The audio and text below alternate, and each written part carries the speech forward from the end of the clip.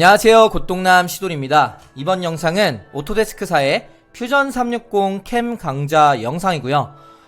영상에서 배우게 될 내용은 3D 황중삭에 대해서 배워보도록 하겠습니다. 저번 시간에 저희가 형상별로 어떤 3D 황삭을 선택하는지 배워봤고, 그 황삭을 어떻게 이용하는지에 대해서도 배워봤어요. 그러면은 이번에는 황삭의 다음 단계인 황중삭에 대해서 배워볼 차례입니다. 간단하게 저희가 3D 가공을 함에 있어서 제가 메모장에 적어놓은 프로세스를 따라갑니다. 첫 번째 황삭의 타입을 그다음 선정을 해야 되죠. 형상에 따라서. 그 다음에 황중삭, 황삭이 들어가지 못한 부분을 황삭 처리를 한 번 더 해주는 기능이죠. 조금 더 황삭에서 썼던 공구보다는 작은 파일을 이용해야겠죠. 그 다음에 이제 중삭 가공이라고 정삭 전에 한번 이 면을 쳐주는 작업을 할 거고요. 형상에 따라서. 그 다음에 그 면을 완벽하게 마무리 처리, 피니싱 작업을 하는 작업을 한번 할 거고요. 어떻게 보면 이게 사상이라고도 할 수 있는 그런 작업이 되겠네요. 수작업에선. 그 다음에 마지막으로 정삭을 하고 나서 작은 파이들이 못 들어간 부분이 있을 거예요. 그 부분을 긁어내는 작업. 어떻게 보면 손톱으로 긁어내는 작업이라고도 할 수 있는 잔삭 가공을 그렇게 프로세스를 진행해서 배워보는 시간을 가져볼 거예요. 그 중에서 저희는 이 황삭이라는 요 이제 두 가지 기능을 활용을 했고요. 지금 보면은 제가 미리 준비한 툴이 최적 황삭이 저번에도 말했지만 요 상단 부분 안 깎아도 되는데 깎기에 툴이 나서 요것만 상단을 제거를 하겠습니다. 그래서 그거 돌아가는 동안 제가 황중삭을 요 포켓 황중삭을 잡을 거예요. 황중삭도 역시 최적 황삭 기능과 포켓 제거를 활용해서 쓰는 두 가지 기능으로 황중삭을 만들 수 있기 때문에 형상에 맞게 황중삭을 이용해 주셔야겠죠. 당연히 이런 굴곡이 많은 것 같은 경우엔 포켓 가공을 이용한 황중삭이 좀 더 유리할 거예요. 요거는 제가 전에 설명드렸기 때문에 설명을 드리지 않겠습니다. 보시면 요 툴패스 때문에 가려져서 안 보일지 몰라도 이렇게 지금 안 깎인 부분이 있어요. 6의 요 부분도 사실 못 들어갔죠. 사실은 여기까지 들어가야 되는데. 시뮬레이션으로 해서 간단하게 보겠습니다. 낮음으로 해서 빨리 시뮬레이션 할게요. 여기 보면은 이 부분이 깎이지 못했죠. 왜일까요? 공구가 크니까. 간단하죠? 그래서 이렇게 보면은 공구가 크니까. 그래서 요걸 가지고 그럼 잔삭을 어떻게 하냐, 황중삭을 어떻게 하냐, 컨트롤 D 듀플리케이트를 눌러주시면 이 황삭에 대한 정보가 그대로 밑으로 복사가 돼요. 이 상태에서 저희가 이제 쓸 공구를 정해줍니다. 일단 쓸 공구를 뭘 정할지에 대한 그런 팁을 안 드렸으니까 간단하게 드릴게요. 지금 보면은 시뮬레이션을 보니까 이 부분은 다 깎였는데 요 글자 부분에 요 홈만 안 깎였어요.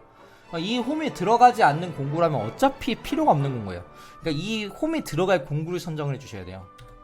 그러니까 I를 누르고 검사를 해서 여기서 여기에 제일 그 가까운 그 거리를 한번 측정을 해보죠.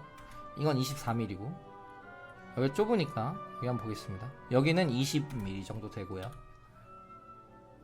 여기서 여기로 볼게요. 여기 바닥에서 여기까지 이거는 한 14mm 정도 되네요. 그러면은 이 모든 황삭 처리가 되는 요 홈까지 들어가려면 일단 14mm 정도 되는 공구를 써야 돼요. 그 다음에 여기 코너 아래 봐서 보랜드밀 뭘 정할지 정해야 되는데요. 한번 볼게요. I를 누르고 이렇게 찍어 볼게요. 계속 6mm죠. 그러면은 여기가 6R이라는 거예요. 그럼 한 12파이 정도면 괜찮겠죠. 사실은 12파이보다 좀 더 작은 10파이가 좀 더 좋을 것 같긴 한데, 이런 황중삭을 할 때는 여기 어차피 다 걸리진 않아요. 그래서 그냥 여기 다 한꺼번에 이렇게 정삭할 때 이렇게 걸리면서 깎는 건 아니라 계단식으로 깊이씩 위에서부터 깎는 거기 때문에 사실 6R짜리 그대로 써도 상관없어요. 그러니까 12파이 쓰겠습니다. 제가 셀렉트 해서 툴로 들어갔는데 듀플리케이트 한 설명 다시 할게요. 더블 클릭해서 듀플리케이트 한 거 셀렉트 들어갔죠. 이 상태에서 저희가 공구 12파이를 정해서 써야 되니까 요 12파이를 선택을 해줍니다. 12파이 볼 펜슬용 공구 요걸 그냥 선택을 할게요. 펜슬용 공구라서 조건이 조금 느린데 이걸 좀 속도를 그 황중삭용으로 바꿔보겠습니다. 지금 가공하는 게 45C라고 치고 가공한 거니까 5000에 2000에 아이고 2만이네요. 2000. 그 다음에 진입은 조금 느리게 할까요? 1800. 진출 3000. 램프 진입 1200, 1200 하겠습니다. 그 다음에 꼭 체크해주는 게 이 형상 지오메트리에서 잔삭 체크해주고요. 이전 작업에서를 꼭 체크해줘야지 전에 가공했던 요 황삭을 인식해서 깎지 못한 부분을 깎아요. 근데 여기 보면은 요런 형상에 황삭을 하면 항상 생기는 게 뭐냐면, 특히 이런 굴곡이 많은 형상 같은 경우에 이런 테이퍼 부분에 저희가 이제 황삭을 한 층 한 층 깎다 보니까 가공 여유 준 만큼 이런 식으로 커습이 생겨요. 계단 형상으로 이렇게 남는 살이 생깁니다. 그리고 실제 여기 요 끝에 요 부분이 저희가 남긴 가공 여유량이고요. 간단하게 여기서 전에 가공했던 게 0.3 가공률 줬으니까 여기 이 짧은 구간이 여기가 0.3이 남은 거예요.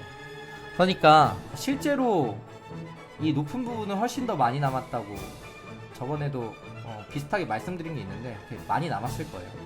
그러니까 이 가공 여유를 한 0.6이나 0.7 정도 주셔야지 그런 부분을 조금 덜 깎아요. 깎긴 깎지만.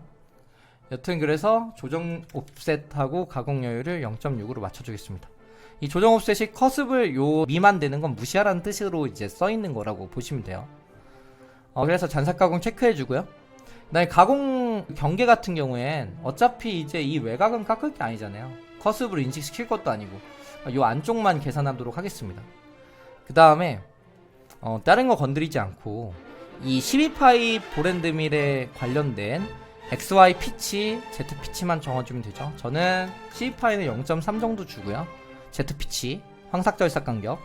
그 다음에 최대 절삭 간격 XY 피치 같은 경우에는 12 곱하기 0.25, 약 25% 줍니다. 4분의 1에서 5분의 1 사이로 줘요. 보랜드밀 같은 경우에. 평핸드밀은 60% 정도 줍니다. 그렇게 아시면 될 것 같고, 지금 보랜드밀 쓰기 때문에 0.25 이렇게 줬고요. 이 상태에서 OK 누르시면 툴패스는 다 이제 세팅이 된 거죠. 그래서 이렇게 툴패스 짜주는 동안 여기 최적 황삭에 대해서 한번 어떻게 이제 요거는 황삭 처리하는지 배워보겠습니다. 지금 보니까 여기 위에가 자꾸 깎이는데 제가 소재를 상단을 키워서 그런 것 같아요. 보니까. 그래서 요것만 복습 차원에서 한번 페이스 다시 한번 만들어서 깎아주고 그 다음에 할게요. 그냥 여기 상단을 깎게 50파이로 하겠습니다. 사실 요거는 고이송 커터긴 한데 그냥 요걸로 한다고 할게요. 그래서 정삭한다는 개념으로 1mm 두 번씩 날리는 개념으로 하겠습니다. 그래서 그냥 요대로 주고 깊이 가공 정삭 단계 줘서, 요 페이스 커터 같은 경우엔, 페이스 밀링 같은 경우에는 제가 나중에 따로 영상을 만들어서 설명을 해둘게요. 근데 이제 요 상단을 날리는 기능이고, 이거 같은 경우엔 경로 연장이 필수예요. 페이스 밀링 같은 경우에는 간단하게 지금 나온 김에 설명드리지만, 팁이 이 바깥쪽으로 이렇게 튀어나와 있는데 안쪽으로는 되게 얇아요. 바깥에서 들어가면 깊이를 많이 깎을 수가 있는데 안쪽에서 이런 식으로 들어가면은 조금밖에 못 깎는 거죠. 안쪽에서는 못 깎고 무조건 바깥에서 들어가야 돼요. 그래서 외부에서 나가려면 경로 연장에서 50 나누기 2 플러스 한 5 정도 주시면 돼요. 그러니까 내가 쓰는 공구 나누기 2 반지름 플러스 5 정도 주시면 5mm 튀어나오게 됩니다. 이렇게 하시면 되고요. 정삭 간격 0.3 정도 줘서 0.7 정도는 빡세게 빠르게 깎고, 정삭이 0.3부터 한 1200 정도로 매끄럽게 깎아서 면이 좀 조도가 잘 나오게 하는 방식으로 하겠습니다. 그래서 페이스 하나 만들어 줄 거고요. 그럼 여기 이렇게 이제 뜨고 위로 넘기면 되고, 그 다음에 이 위에 거는 안 깎게 놔둬야 되니까 소재 상면이 아니라 모델 톱으로 해서 만들어 놓을게요. 그 다음에 여기 최적 황삭 이 부분 여기 상단 툴 안 나게 다 해놨으니까 이거 계산되는 동안 잔삭 한번 만들어 보겠습니다. 역시 어떻게 해야 되죠? 듀플리케이트 하고요. 더블 클릭해서 세부 설정 들어가고요. 여기 보시면 저희가 이제 그 8파이 평핸드밀로 여기 황삭을 했는데 여기가 최소 R이 3R이에요. 3R 6파이죠. 근데 6파이 평핸드밀로 하면 저는 이걸 그다지 좋아하지 않거든요. 요런 이제 평면이 많은데 포켓에 대해서 깎을 땐. 그래서 이렇게 최적 황삭 같은 경우엔 포켓도 이렇게 공구를 깎을 때 한 번에 들어가거든요. 근데 이게 파이랑 내가 쓰는 공구 R이랑 여기 이제 깎을 R이랑 똑같으면 한 번에 닿는 양이 많아버려서 부하가 많이 걸려요. 그래서 저는 5파이 평핸드밀로 할게요. 5파이 평핸드밀 만들어 놓은 게 있거든요. 이걸 더블 클릭을 해서 조건도 다 들어가기 때문에 그냥 이대로 쓰겠습니다. 꼭 그 다음에 잔삭 가공은 이전 작업에서 체크가 돼 있어야 이 윗작업이 다 인식이 된다고 말씀드렸죠. 이 상태에서 뭐 딱히 그냥 바꾸지 않고 넘어가고요. 가공 여유만 아까 말씀드렸던 그런 상황 때문에 조금 더 키울게요. 최적 황삭, 어댑티브 클리어런스 같은 경우엔 그 포켓 가공보다는 좀 널널하게 그 가공 여유를 너무 안 켜도 돼요. 왜냐면 기본적으로 이런 계단 형상이 적어요. 거의 없죠. 이거 같은 건 거의 없을 텐데 이런 테이퍼 형상 같은 경우에는 이렇게 계단이 생기는 경우가 많거든요. 근데 이런 평평한 굴곡진 거에선 딱히 그게 생길 이유가 별로 없거든요. 그래서 동일하게 하셔도 되고요. 아니면 조금 키우는 걸 전 추천해요. 사실 조금 키울 때 더 잔툴이 안 나오고 깨끗해지거든요. 그래서 가공 여유를 살짝 키워주세요. 요거 추천드립니다. 그리고 5파이에 맞는 그 부하도 줘야겠죠. 한 0.5 정도. 그 다음에 뭐 다른 거 건들 거 없이 그냥 OK 누르시면 마무리 되겠죠. 지금 요 최적 황삭을 해서 못 깎았던 요런 부분들을 얘가 이제 인식을 하는 거예요. 지금 보면 못 깎았던 부분들이 어딜까요? 이 부분이겠죠. 그래서 이 부분에 좀 툴이 날 거고, 이 부분 툴이 나나? 이 부분 툴 안 나겠죠? 이 부분 툴 나겠죠. 한번 툴 볼까요? 보면 실제로 쓸데없는 부분은 툴 안 나고 여기 이런 부분 나고 이런 부분만 딱 톡톡톡 치면서 최적 황삭의 기능을 활용해서 깎게 되겠죠. 포켓으로도 할 수 있는데 위에서부터 이렇게 쳐내는 건 좀 비효율적이잖아요. 이런 거 같은 경우에 알루미늄 깎을 때 특히 그렇죠. 그러니까 내가 형상에 따라서 최적 황삭과 포켓 가공을 이용해가지고 잔삭을 하면 돼요.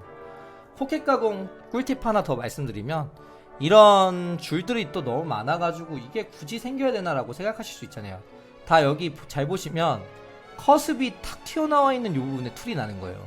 그래서 이 커습을 깎아주려고 하는데 이걸 무시하려면 어떻게 해야 되죠? 당연히 이 가공 여유가 더 커지면, 그래서 중삭에서 0.8 한 번에 날려도 무리 없다 싶다고 생각하시면 이렇게 중삭량을 늘려주시면 되는 거예요.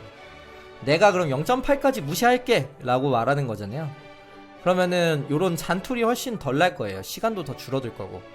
그래서 요거 한 번만 보고 마무리 하겠습니다. 이렇게 해서 저장 일단 하고요. 다음 시간에도 요거 써먹어야 되니까. 황중삭 보면은 내가 가공을 했던 황삭에 대해서 인식을 해서 깎지 못한 부분을 작은 공구로 깎는 거고, 그 기능 중에 요런 조정 offset과 가공 여유를 사용해서 잔툴, 쓸데없는 툴 이런 것들을 없애주는데 되게 효율적으로 사용할 수 있다. 요 정도로 알아두시면 좋을 것 같고 응용하시면 좋을 것 같습니다. 이상 영상 마치겠습니다. 시청해주셔서 감사합니다.